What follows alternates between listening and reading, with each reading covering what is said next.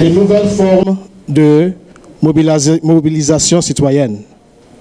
Citizen engagement, new forms of citizen mobilization. I have the privilege of moderating this panel. Le privilège d'être le modérateur de cette session, de ce panel. So I want to say thank you for the good work you are doing. Sans eux, beaucoup d'entre nous ne comprendront pas ce qui se passe. So we thank you. I will start by saying that citizen engagement. How many people here are from the southern part? If you are from Southern Africa, please raise your hands. In the south of here. Southern Africa, so we have representation. Northern Africa, no. We still have representation. East Africa, we have representation. West Africa, ba, that's how it's supposed to be. But let me tell you something. When you talk about new forms of citizen engagement, this is the newest form. Oh, Afrique Central. Ah, I'm sorry, please. Central Africa. Ah, yes, I'm sorry, please. Je m'excuse. Pardonnez-moi. So what am I saying? That when you talk of new forms of mobilization, we are talking about having impact. Whatever we are doing is to have impact. The greatest impact you can have is people. And if we decide to parle de mobilisation, on vise l'impact. Pour avoir un impact considérable, il faut une grande mobilisation. It costs too much to travel from Mali to Burkina Faso. It costs too much to travel from the northern part of Africa to southern part of Africa, east and west, and all across the border. It costs also too much to make telephone calls from Nigeria to Liberia, from Mali to Chad. If we decide all of us here as a continent that we have one common issue, one common problem, it costs too much. And we start a hashtag, and we start that one too much. You find out that we have started a movement. Do you believe that? Est-ce que vous croyez ça? Alors, c'est ça pour moi la nouvelle mobilisation. Oh, you're not hearing? Okay. What do I do? If you can't hear me, what do I do? Madam.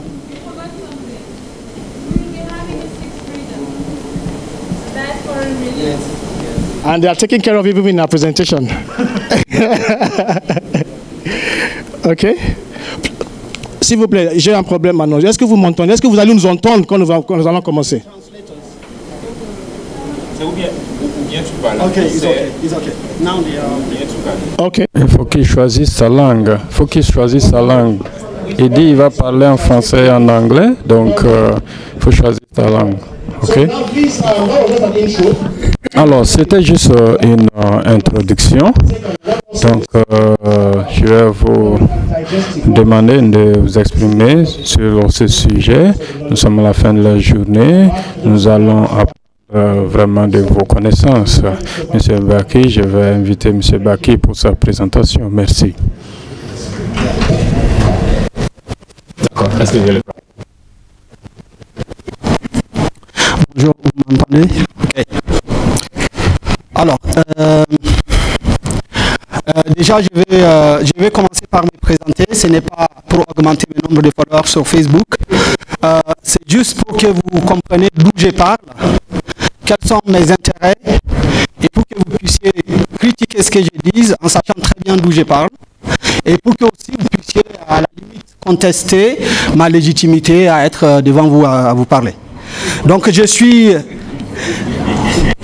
Baki Soufou, je suis français, nigérien et sierra-léonais. Le seul ordre ici est alphabétique. Donc, ne me demande pas, comme 80% des gens qui commencent par me demander s'il y a une guerre, qu'est-ce que tu fais? J'adore trop ma famille, donc ça ne sert à rien de me poser cette question.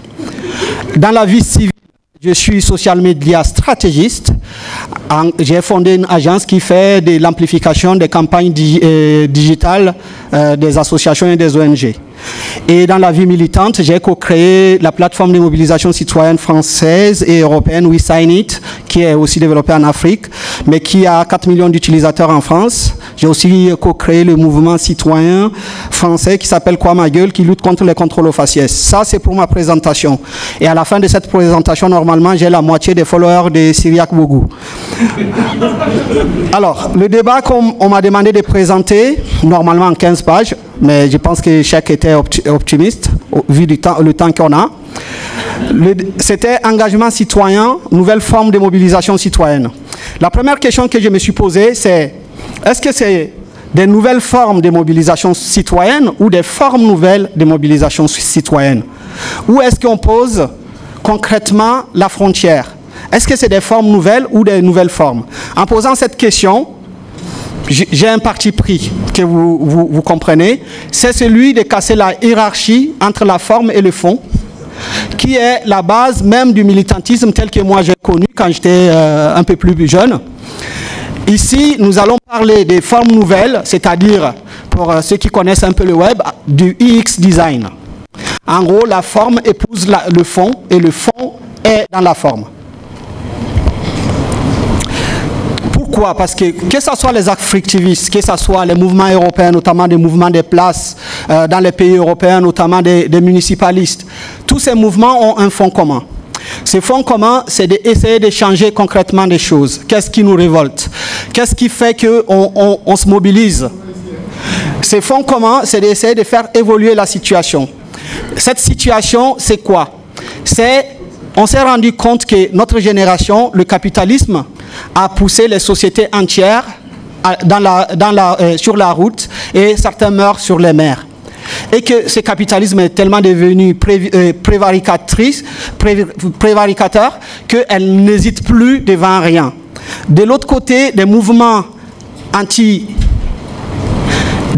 anticapitalistes ont aussi atteint une certaine limite. Même si nous avons un respect profond pour ces mouvements-là, grâce auxquels nous avons eu beaucoup d'éducation, sont aussi en train d'atteindre une certaine limite. Pourquoi? Parce que dans la plupart de ces mouvements des syndicats, tout à l'heure quelqu'un parlait du fait que quand ils faisaient une formation, il n'y avait que des vieux qui venaient à cette formation et que les jeunes, on ne leur donnait pas un accès. Dans la plupart de ces mouvements, on oublie nos formes de vie actuelles, c'est-à-dire les réseaux sociaux par lesquels nous vivons, nous travaillons et nous militons. Donc, nous nous sommes posé la question de comment est-ce qu'on reconstruit des formes nouvelles. Et moi, dans ma partie prise, donc je me suis dit, la question qu'on m'a souvent posée, c'est, du coup, si vous ne voulez pas rentrer dans une lutte anti- ou pro-capitaliste, c'est quoi votre base idéologique? Cette question est fondamentale et moi, je n'ai pas trouvé de réponse, mais j'ai tenté d'y répondre. Ce qui me motive, moi, et ce qui motive la plupart des gens que je rencontre, c'est la défense de l'intérêt commun. Certains me diront que c'est ça la base de l'anticapitalisme. Cette défense de l'intérêt commun, que ce soit en Europe, que ce soit en Afrique, plus bas, ok, super. Que ce soit en Europe, que ce soit en Afrique, cette défense de l'intérêt commun nous conduit aujourd'hui à utiliser des nouvelles technologies pour faire évoluer les choses. Et... Plus lent. Ah, ok. C'est parce que j'ai peu de temps. Alors, j'en étais où? Donc, la solution, c'est le mouvement des communs. Les communs, c'est la capacité de notre génération à défendre l'intérêt commun. Ces mouvements, tels que définissent un certain nombre de chercheurs, commencent à travailler là-dessus dans une discipline qu'ils appellent la technopolitique, qui est essentiellement développée dans les pays de l'Amérique latine et en Espagne. C'est l'usage assumé, donc là je vais aller lentement, l'usage assumé des nouvelles technologies à des fins politiques. C'est-à-dire 100% des gens qui rentrent dans cette dynamique, on assume le fait qu'on utilise des réseaux sociaux, on assume le fait qu'on utilise les nouvelles technologies, mais à des fins politiques. Donc notre débat, tac, qu'est-ce qu'il fait? Ok, base idéologique, c'est fait. Donc, voilà. Du coup, la question qu'on va traiter ici, que moi, avec le panel que j'ai essayé d'identifier, ce n'est pas une question seulement d'outils. Ce que nous sommes en train de faire, ce n'est pas qu'une question d'outils, ce n'est pas qu'une question de stratégie, ce n'est pas qu'une question de méthode, c'est bien une question de l'ensemble de tout ça réuni. Aujourd'hui, on ne peut plus, comme j'ai dit à l'introduction, séparer le fond de la forme. Si on sépare le fond de la forme, nous, on ne comprend pas. Et donc, c'est essayer de produire des modèles prototypal de démocratie participative. J'insiste sur le mot prototypal, c'est-à-dire de ne pas avoir peur d'échouer, de construire un modèle qui échoue, qui ne fonctionne pas. Ce sont que des prototypes qu'on va continuer à fabriquer, qui vont nous permettre d'atteindre une participation citoyenne optimale, peut-être un jour ou peut-être jamais. Mais de ne pas avoir peur de fabriquer des modèles prototypes. Ces modèles doivent baser sur des principes bien solides. Par contre, ces principes, c'est l'ouverture des outils que nous fabriquons doivent être ouverts. Le réseau doit être ouvert à toute personne. Ces outils doivent être critiquables, reconstructibles, détruisables par la communauté et réfabricables.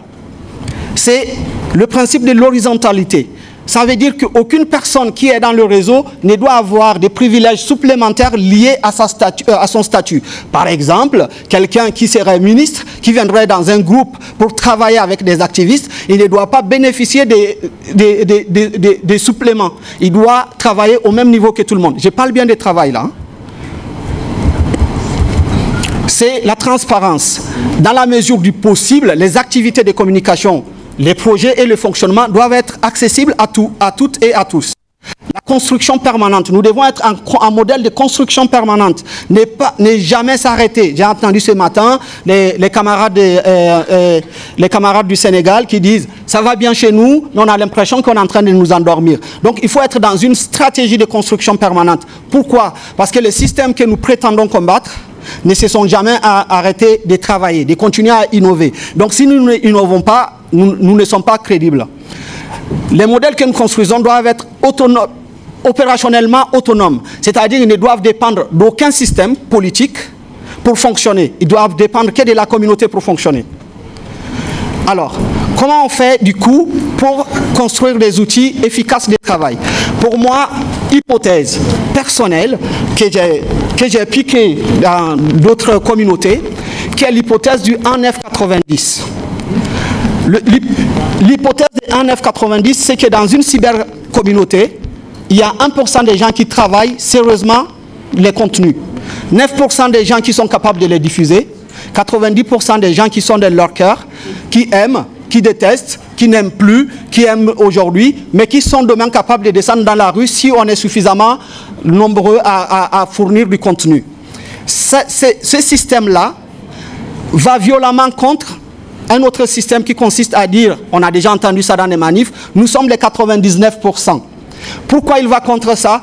Parce qu'en fait, pour nous, nous ne sommes que 1% qui nous battons contre 1% qui veulent maintenir le système. Et, chers camarades, j'ai le plaisir de vous annoncer que pour le moment, c'est le 1% qui veut maintenir le système qui gagne, parce qu'ils ont du pognon. C'est eux qui nous font peur. Ce n'est pas nous qui leur faisons peur, mais ça ne veut pas dire qu'il n'y a pas moyen de changer ça. Il faut juste qu'on en soit conscient. Ce n'est pas facile. En fait, pour le moment, ils gagnent. Ils ont l'argent, l'armée, la police, et c'est eux qui nous font peur. Alors, donc, du coup, les outils, il n'y a que deux catégories d'outils. Une fois que j'ai fait cette hypothèse, les outils pour travailler et les outils pour diffuser. Les outils pour travailler doivent être des outils les plus sécurisés et les plus optimales. Ça veut dire que c'est des outils qui doivent être open source, qui doivent appartenir à la communauté qui travaille, où le niveau de sécurité doit être toujours choisi par rapport à la personne qui a besoin de plus de sécurité, pas la personne qui a besoin de moins de sécurité, pour permettre à tout le monde de travailler en sécurité. Une fois qu'on a validé le travail, on utilise les outils de diffusion. Et là, je suis désolé avec mon camarade Abdou, les outils de diffusion, ben, il faut utiliser les mass médias. La télé, les journaux en ligne, parce que la traduction entre un journal en ligne et Facebook est beaucoup plus rapide que si je photographie le soleil, le journal Le Soleil, et que je le publie sur Facebook. La traduction avec Twitter est beaucoup plus rapide que si et donc d'utiliser les mass médias pour diffuser. Donc, un côté, les outils pour travailler, de l'autre, des outils pour diffuser.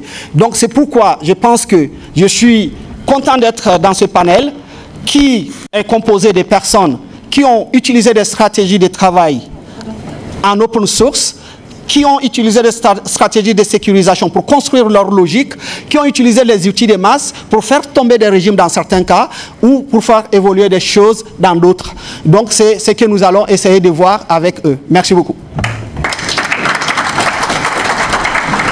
Okay. Merci pour. Thank you for letting us understand what you. Merci de partager toutes ces informations avec nous. Comment allons-nous procéder? Si vous regardez les panélistes, vous verrez que c'est des gens de différents pays. Donc, et nous parlons d'engagement citoyen.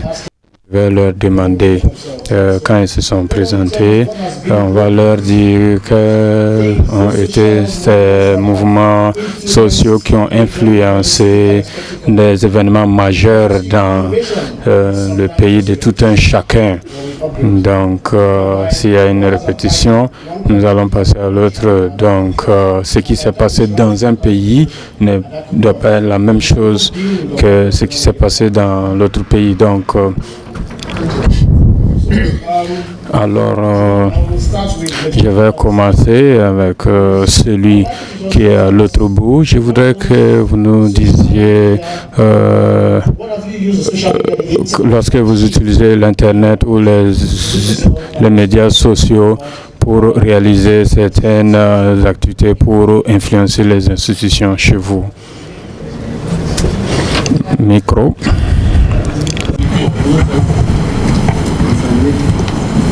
Andrea Gombe, collectif Sassoufi, donc Congo-Brazzaville. Je voudrais plutôt que de vous rabâcher une histoire sur comment je fais avec les réseaux sociaux, plutôt vous donner quelques outils, parce que ce que j'aimerais faire, à la différence de Dakar, c'est ici vous donner quelques outils qui fonctionnent directement, une bonne pratique, et qui serait un peu la synthèse des différents panels qui ont précédé, notamment sur la nécessité d'un contenu africain, ou la nécessité de comment diffuser, la nécessité de trouver les moyens pour diffuser, surtout pour des organisations qui souvent n'ont ni les moyens, ni les hommes, ni le contenu. Donc comment on fait pour réconcilier en fait le fait de n'avoir ni les moyens, ni les hommes, ni le contenu? La première des choses à faire, c'est ce qu'on appelle la veille. Il faut veiller son sujet pour construire une expertise.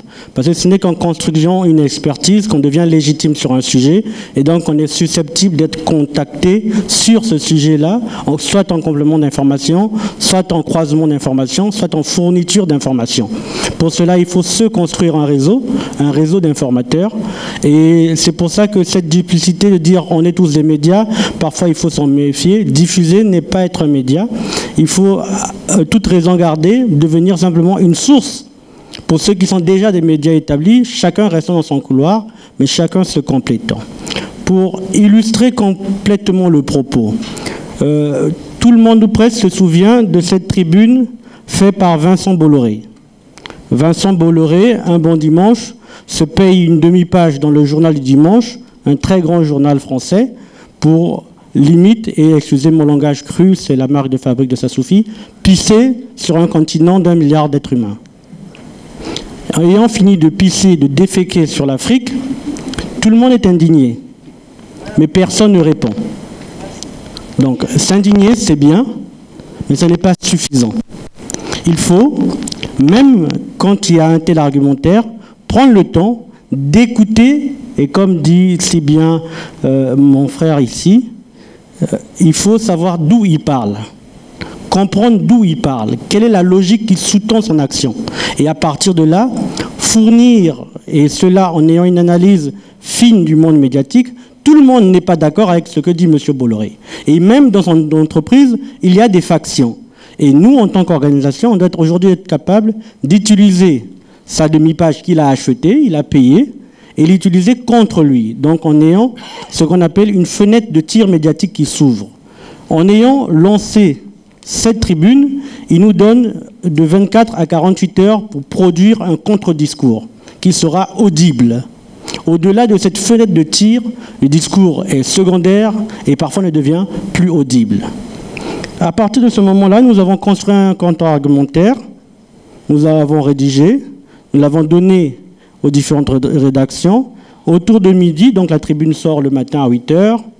À midi, le contre-discours est dans les différentes rédactions. À 12h30, TV5 nous contacte et nous faisons un petit enregistrement. Et le soir, selon la règle médiatique du dernier qui parle, c'est un Africain qui réagit à la tribune de Bolloré sur le journal Afrique de TV5 en démontant point par point son argumentaire. Il a payé, c'est nous qui sommes passés les derniers. La fenêtre est fermée.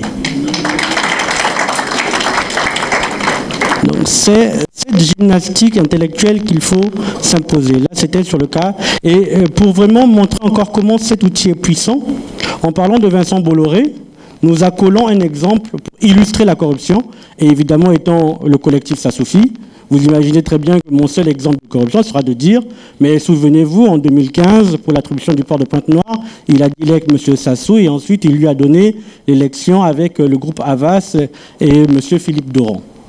Et immédiatement, j'ai réglé mon problème, donc j'ai parlé de Sassou, j'ai réglé le problème des rédactions, j'ai donné un contenu, et en même temps, j'ai détruit un argumentaire qui aurait pu faire des dommages collatéraux dans les milieux de décision. Parce que tant qu'on n'oppose pas un contre-discours, c'est le dernier qui parle qui a raison.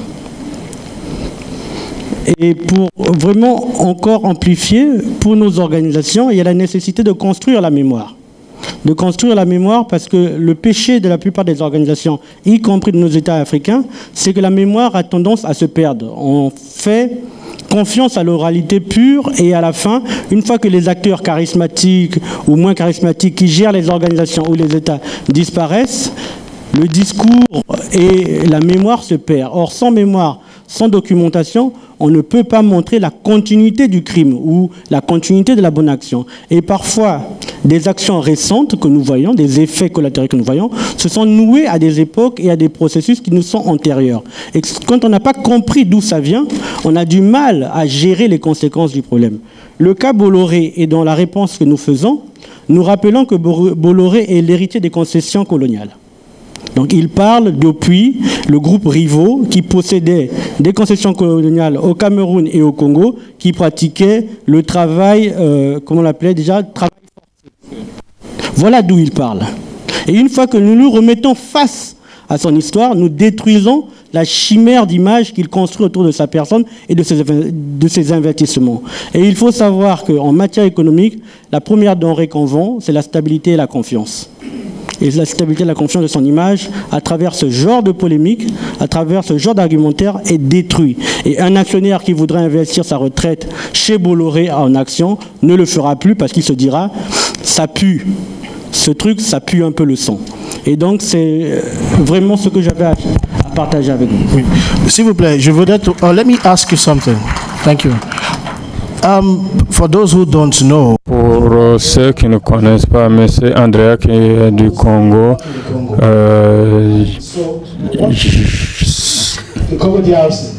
Congo RDC, Congo Brazza, il est du Congo Brazza, donc pour quelqu'un qui vit en France, comment est-ce que les médias sociaux peuvent influencer l'engagement citoyen, plus précisément pour la diaspora? Comment est-ce que les médias sociaux peuvent influencer les choses qui se passent dans votre pays où vous ne vivez pas? Il y a la diaspora et des blogueurs qui vivent dans d'autres pays, mais ils sont passionnés, ils sont intéressés par ce qui se passe dans votre pays. Donc, comment est-ce que vous pouvez vraiment les impliquer davantage en tant que citoyens pour exprimer l'engagement citoyen? Donc, il faut vraiment le prendre comme le couteau, comme un outil. C'est un outil. Il ne faut pas fantasmer sur la chose. Si on n'y met pas du travail, de la sueur et du sang, rien ne se passera. Absolument rien. Il faut travailler derrière. Il faut un travail derrière. Il faut de l'humain derrière. Et c'est justement la construction de ce réseau-là. Et le réseau est amplifié. Et c'est pour ça, pour prendre encore un exemple vraiment concret, Denis Sassou Nguesso vient au forum de décembre 2017 sur le One Planet Summit du président Emmanuel Macron. Et il est dans la ville et nous ne sommes pas nombreux comme Congolais à se mobiliser. Ce n'est pas beaucoup. Mais nous sommes capables, par un système d'appel téléphonique, d'embêter la réception du Bristol. Nous avons tellement embêté la réception du Bristol que c'est arrivé aux oreilles de journalistes de Libération. Ils ont dit, mais qu'est-ce qui se passe? C'est magnifique ce que vous faites. Les jeunes activistes, étaient 4 ou 5, se filment en train de faire une manifestation devant le Bristol. c'est utilisé comme élément par TV5 pour illustrer. Et le même soir, nous sommes en plateau pour argumenter sur l'usage de l'écologie comme un moyen pour les dictatures de se blanchir, de se trouver une nouvelle image. Nous avons à 5-6 influencé des millions. C'est ça le réseau social. C'est à partir d'un petit groupe suffisamment structuré d'atteindre des leviers, on appelle ça quoi, le pied de biche là qu'utilisait Galiléo. Merci. Merci. Je vais dire, I'm going straight to the next panelist. Et tout droit au deuxième panéliste. Donc la même question.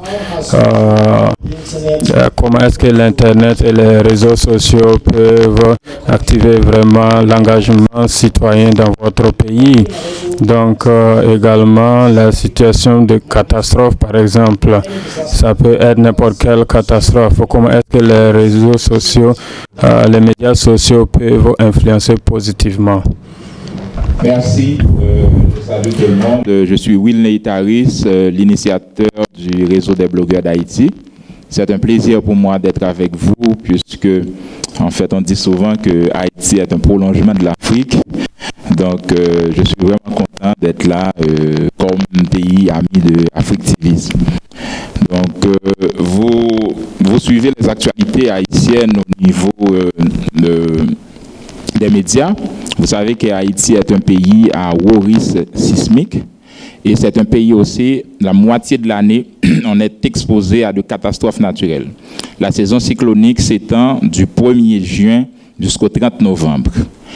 Et les conditions dans lesquelles nous vivons aussi, avec les infrastructures qui ne sont pas bien bâties, quand on est exposé à certaines catastrophes naturelles comme ça, donc quand c'est arrivé, donc la situation est vraiment difficile.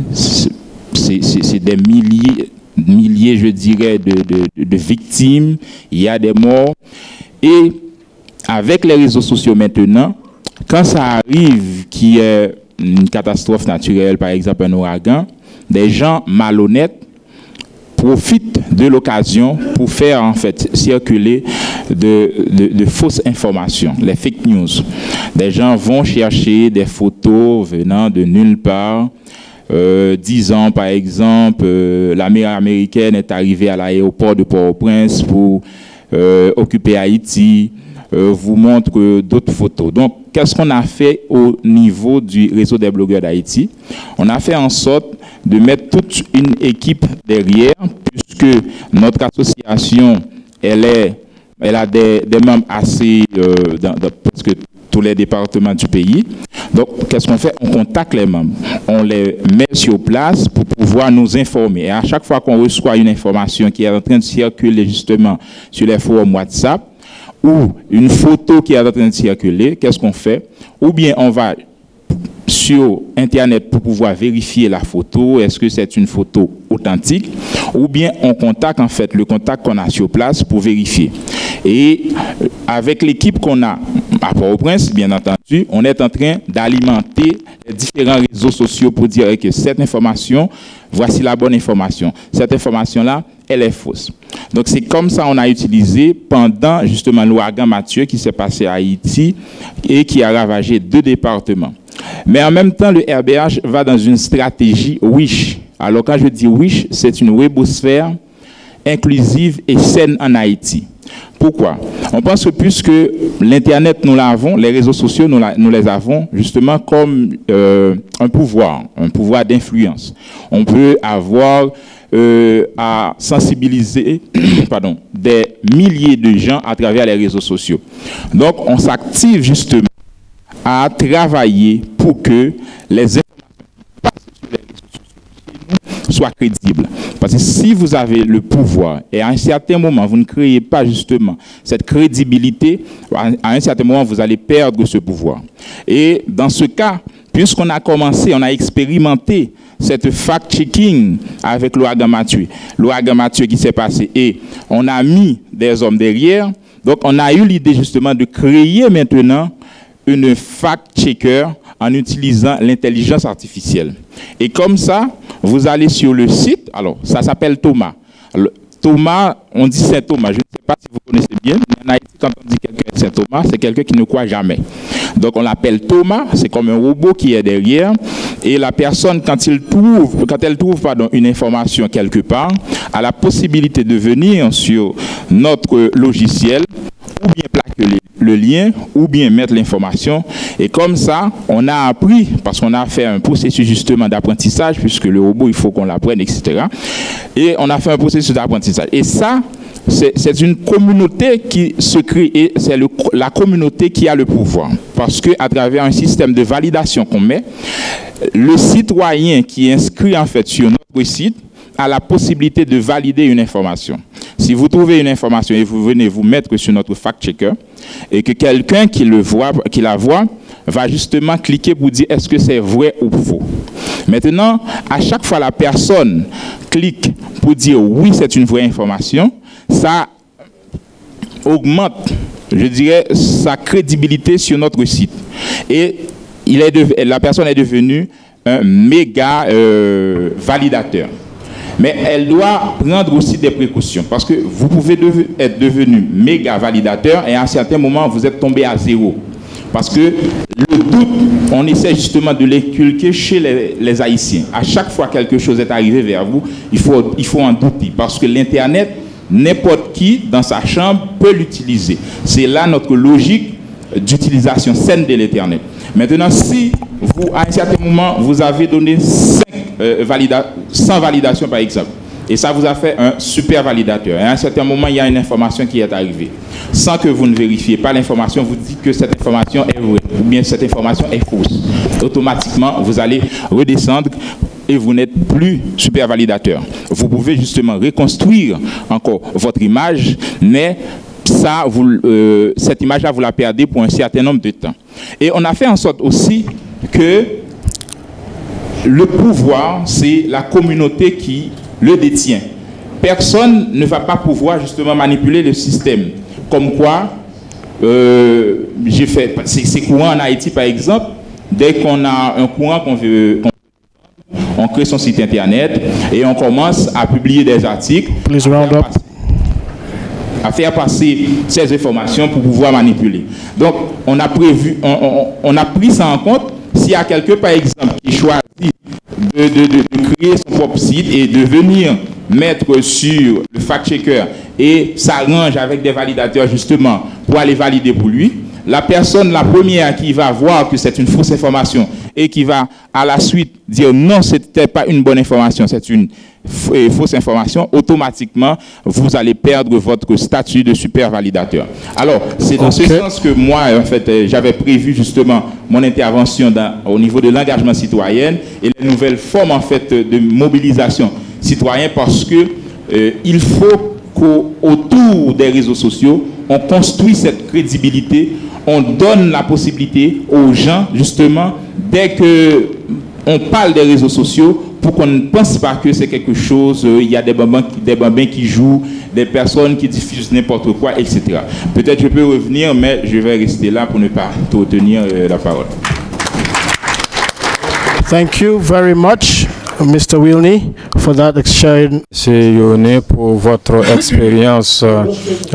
Nous allons passer au suivant et c'est la même question. C'est comment est-ce que les médias sociaux peuvent influencer l'engagement citoyen dans votre pays. Je sais que vous êtes de la Gambie. Quand j'ai posé la question, mon camarade dit que ça a influencé dans le changement au sein du gouvernement. Donc, là, vous avez la parole. Merci. Bonsoir, mesdames et messieurs. Donc, je dirais merci à ce pays hôte pour nous avoir invités et de nous avoir invités également en tant que panélistes. Donc, vous êtes des activistes. Je suis ici en tant que citoyen, bien sûr. En décembre en 2016, la Gambie. Il y a eu un changement qui s'est perpétré en Gambie, c'est-à-dire un changement même du gouvernement. Donc, nous avons voté contre Jammeh. Donc, les résultats sont sortis quelques jours après les élections. Jammeh a décidé de façon unilatérale d'annuler les résultats et il essayait de prendre la voix des Gambiens. Donc nous étions engagés pour le changement déjà. Donc j'ai appelé mes amis et mes collègues de différentes couches sociales et ensemble nous avons initié le mouvement appelé la Gambie a décidé. Gambia decided. Donc de façon spécifique, c'est un impact. Comment est-ce que nous pouvons nous assurer que les voix des Gambiens qui ont décidé d'opérer un changement doivent soit respectées avec des tâches vraiment spécifiques? Je pense que les Gambiens ont décidé de s'engager dans ce sens. Donc les Gambiens, depuis lors, ils savent, ils connaissent les OSC, les mouvements d'OSC dans le pays pendant le temps de Jammeh. Il faut dire que sous Jammeh, il y avait la répression. Donc, tout le monde sait ce que Jammeh est capable de faire. Donc, nous avons essayé de faire un sondage et d'arriver à la conclusion que mettons les Gambiens ensemble, on doit les réunir, on doit unifier le peuple pour leur permettre de décider pour eux-mêmes. Donc cela a été un grand succès. Le fait d'unir les voix des Gambiens à un moment, à une période très difficile et cruciale, et les citoyens doivent décider de leur destin. Malheureusement, qui n'avaient pas, en tout cas, de voix. Donc, nous avons des négociations qui ont été lancées et nous avons décidé aussi d'engager le mouvement pour inspirer, pour donner, en tout cas, l'espoir et la résilience contre la tentative d'annulation des votes et des résultats des votes et de se maintenir au pouvoir. Donc, nous pensons que nous devons utiliser les informations, les technologies de l'information. Cela est utile également pour l'histoire de la Gambie que vous connaissez et même pour l'Afrique. Nous avons fait cela en un laps de temps, bien sûr. Tout cela grâce à l'utilisation des technologies de l'information. Donc nous avons tout exécuté, nous avons exécuté nos activités grâce à ces jeunes activistes et travailleurs. Nous avons commencé à changer le profil de notre image et nous avons juste changé de façon stratégique la photo de profil et également la plateforme de notre réseau social. Donc nous n'avons rien dit, nous n'avions rien dit et nous nous sommes dit ok, attendons de voir ce qui va se passer. Donc en ce moment, tous les Gambiens ont commencé à changer, à réagir, à changer aussi le profil également en utilisant les images. Et chez nous, par exemple, je vois également qu'il y a des gens qui sont vraiment déterminés à aller jusqu'au bout.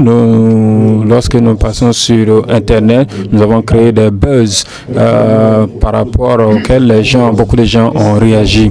L'idée, c'était d'échanger avec les gens, les populations. Et cela a explosé de façon très impressionnante. Donc, nous avons décidé ensuite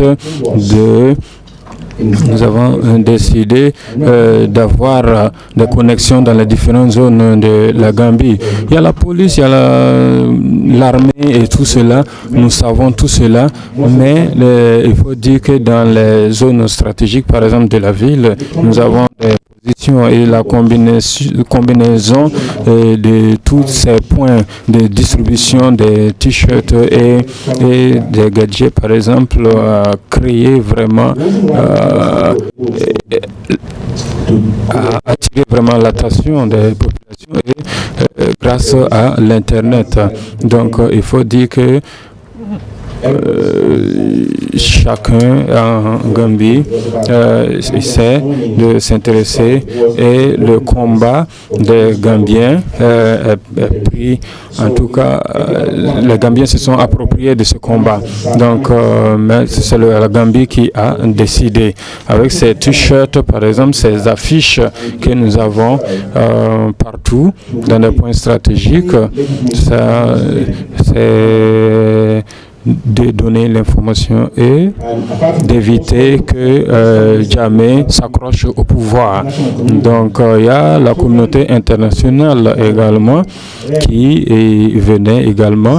Et nous avons qui viennent pour aider la population à changer le gouvernement et de façon légitime et de continuer et même à intervenir en Gambie pour nous permettre d'aboutir à des vraies élections. Donc, dans nos groupes, nous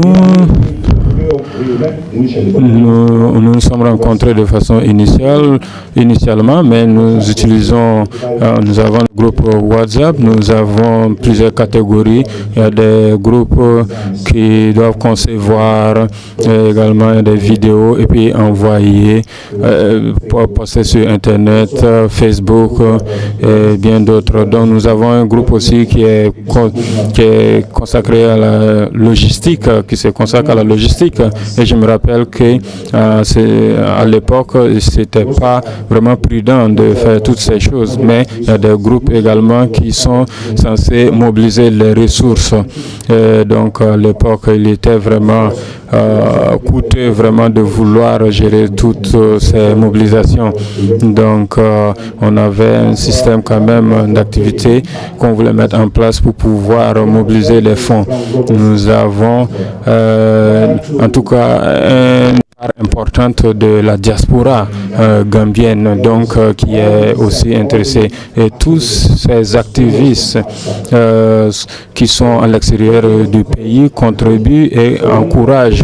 Et cela constitue de l'espoir pour nous et nous aide à nous lever en tant que Gambiens pour multiplier les effets, les impacts et également aider financièrement pour nous permettre de payer des t-shirts et même faire les affiches. Donc cela ne serait pas possible si on n'avait pas des réseaux, les médias sociaux, si on n'avait pas Twitter, si on n'avait pas WhatsApp, si on n'avait pas Facebook. Donc j'essaie d'imaginer, par exemple, si à l'absence de cette ou sans ces technologies, je pense que personne ne pourra s'asseoir dans une salle ou dans une maison pour concevoir et puis envoyer l'information à des milliers de kilomètres. Donc tout cela a été possible grâce à cette technologie. Merci beaucoup. Je vais demander à juste quelques personnes d'intervenir pour les questions. Seulement 2 minutes. Je prends 2 ici, 2 de l'autre côté. Levez, n'est-ce pas, vos doigts. Je vais faire un ceinturage.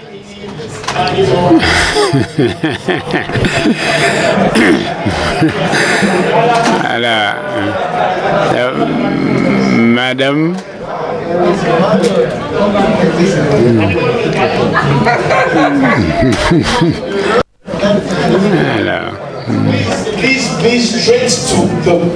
S'il vous plaît, il y a une situation positive, n'est-ce pas? J'ai l'impression derrière Nessato Minimani. Moi, je voulais, puisque ce panel parle d'engagement civil et de participation, partager quelques-unes de mes inquiétudes par rapport à tout ce qui a été dit depuis ce matin. Jusque-là, je n'ai pas encore entendu une définition de c'est quoi la démocratie numérique. On en parle, mais qu'est-ce que ça veut dire? Peut-on parler réellement de démocratie numérique dans des pays où la démocratie même c'est un problème? Peut-on parler de démocratie numérique au Tchad où il n'y a même presque pas de connectivité par exemple, dans des pays où la question de l'élite même est un problème. Et je m'attendais à cette problématisation de la part d'un parterre d'activistes de ce genre. Venant de l'académie, je m'attends à des approches beaucoup plus critiques. L'autre question que je voulais poser, pensez-vous que les différents exemples que vous avez donnés sont des modèles qui, en définitive, vont améliorer, je ne parle pas de la démocratie numérique, mais la démocratie tout court? Est-ce qu'il y a une amélioration de la démocratie tout court à travers vos exemples? Le constat aujourd'hui, cette année surtout, I know I'm getting long, but just give me 1 minute. Le constat, c'est qu'on est vraiment, cette année-ci, surtout les rapports de Freedom House, donc on est dans un contexte de recul démocratique. En Afrique, parmi les 12 pays qui ont été cités comme étant les moins démocratiques au monde cette année, je parle du rapport de cette année, les 7 sont africains. Il n'y a que 10 pays africains qui ont eu le statut vraiment de qualification de démocratie. Dans ce contexte-là, comment vous analysez vos différentes interventions? Je vous remercie.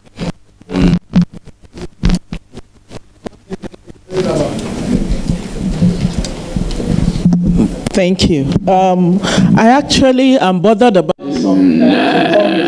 Je suis vraiment embêté par quelque chose. What my brother from Haiti talked about. Ça va sur ce pas de Haiti à parler. Et ceci, trouver, n'est-ce pas, un équilibre. Vous savez que nous ne sommes pas, n'est-ce pas, avec les forces nouvelles. Comment nous assurons que nous validons, n'est-ce pas, des informations dans ce court de temps. Quand quelque chose se produit, un activiste, n'est-ce pas, comment, n'est-ce pas, on peut valider, n'est-ce pas, justement, cette action. Je prends l'exemple du Nigeria. Quand les filles, n'est-ce pas, ont été au Nigeria et que les leaders, n'est-ce pas, du Bring Back Our Girls, les 7 premiers jours, n'est-ce pas, on avait des informations de sécurité originale et les excuses de ce que le gouvernement a utilisées pour n'avoir pas réagi à temps, d'être que chaque minute qui suit, n'est-ce pas, une adoption ou un kidnapping. Donc, c'est important de ça pour quand vous avez une information ou pas. Comment donc vous appelez, n'est-ce pas, pour valider une fausse nouvelle, une fausse information?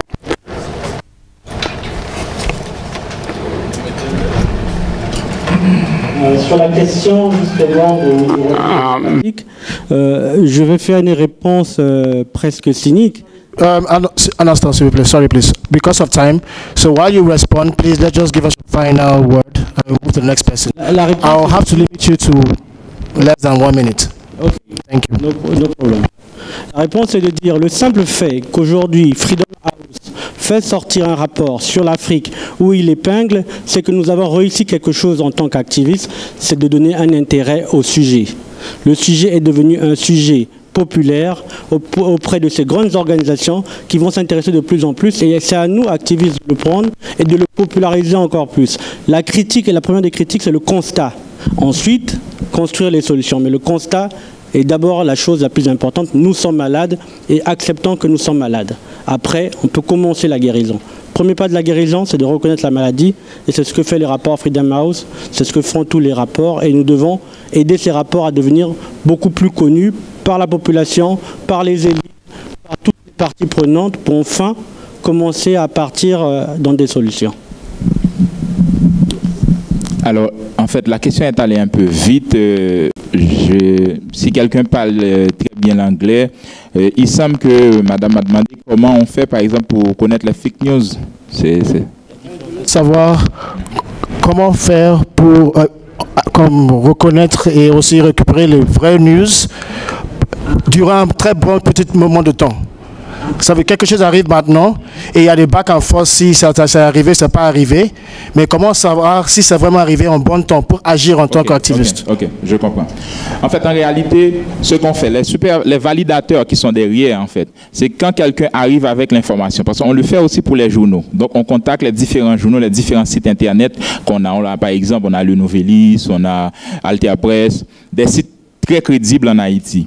Qu'est-ce qu'on fait? On est allé leur trouver, l'OP Haïti, leur proposer un formulaire parce qu'on a répertorié tous les sites d'information qu'on a en Haïti qui diffusent, que le site soit sérieux ou pas. On a répertorié tout. Et on a choisi au niveau des différentes stations de radio, télévision et des journaux, des médias aussi en ligne, des journalistes pour leur faire, pour noter les différents sites. Par exemple, on pose la question à un journaliste quand le Nouvelis, par exemple, publie une information. À combien vous pensez que cette information est crédible? Et du coup, après avoir répertorié tout ça, si quelqu'un arrive, par exemple, avec une information qu'il a trouvée sur le Nouvelis, je dis n'importe quoi, le robot le note par exemple à 60% vérifié. Maintenant, si vous êtes arrivé, vous venez justement avec le lien et vous le déposez sur le fact-checker, maintenant le fact-checker va nous l'envoyer ou quelqu'un qui est membre de la communauté va voir ça et va valider cette information. Et c'est la raison pour laquelle je vous ai parlé de super validateur. Parce qu'avant même de réagir à une information dont on questionne la véracité, la personne doit s'informer d'abord. Donc si on n'a pas vraiment l'info, donc on ne répond pas. Donc on reste justement dans la quête justement de la vraie information. Je ne sais pas si vous comprenez ma réponse, si j'ai bien répondu à la question. Est-ce que ça va? Merci. I would attempt to address the intervention on digital democracy. Je vais essayer de parler de la démocratie. Personnellement, la terminologie de démocratie, dans le contexte de comment la technologie est utilisée comme un outil pour promouvoir la démocratie, je sais que c'est un outil très efficace, particulièrement, n'est-ce pas, dans la jeunesse, qui joue de plus en plus, n'est-ce pas, la technologie. En Afrique, n'est-ce pas, 60% de la population est constituée de jeunes. Et en Afrique aussi, nous avons un taux assez élevé, n'est-ce pas, de téléphones portables. Je crois que c'est un concept intéressant. Je pense que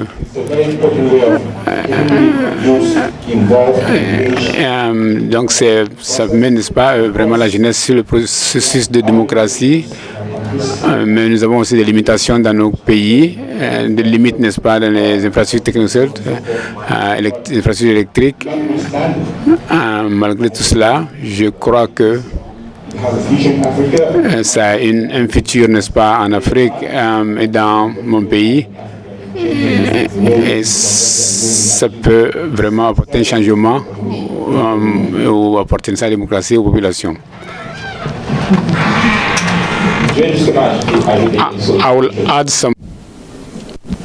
Please, because of time, sir. Please. C'est pas sans raison qu'on a contacté, par exemple, les différents sites d'information en Haïti. Parce que ça aussi a une répercussion aussi sur les sites d'information. Parce que quand quelqu'un arrive avec le lien, par exemple, d'un site d'information et le met sur le fact-checker, et à un certain moment, ce site-là se voit soit augmenter ou soit diminuer. Donc, ça met en péril, je dirais même, la crédibilité du site d'information. Donc, pour cette raison, on a contacté les différents sites, les différentes salles de nouvelles.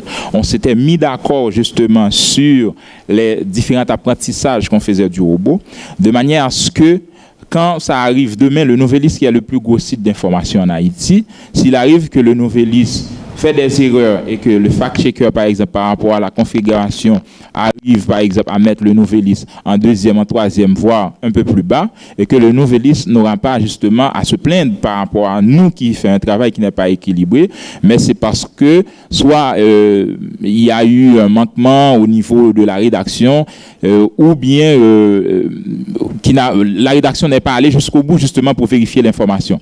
Donc, on ne l'a pas pris justement sur nous parce que ça implique aussi, parce que ça implique les journaux.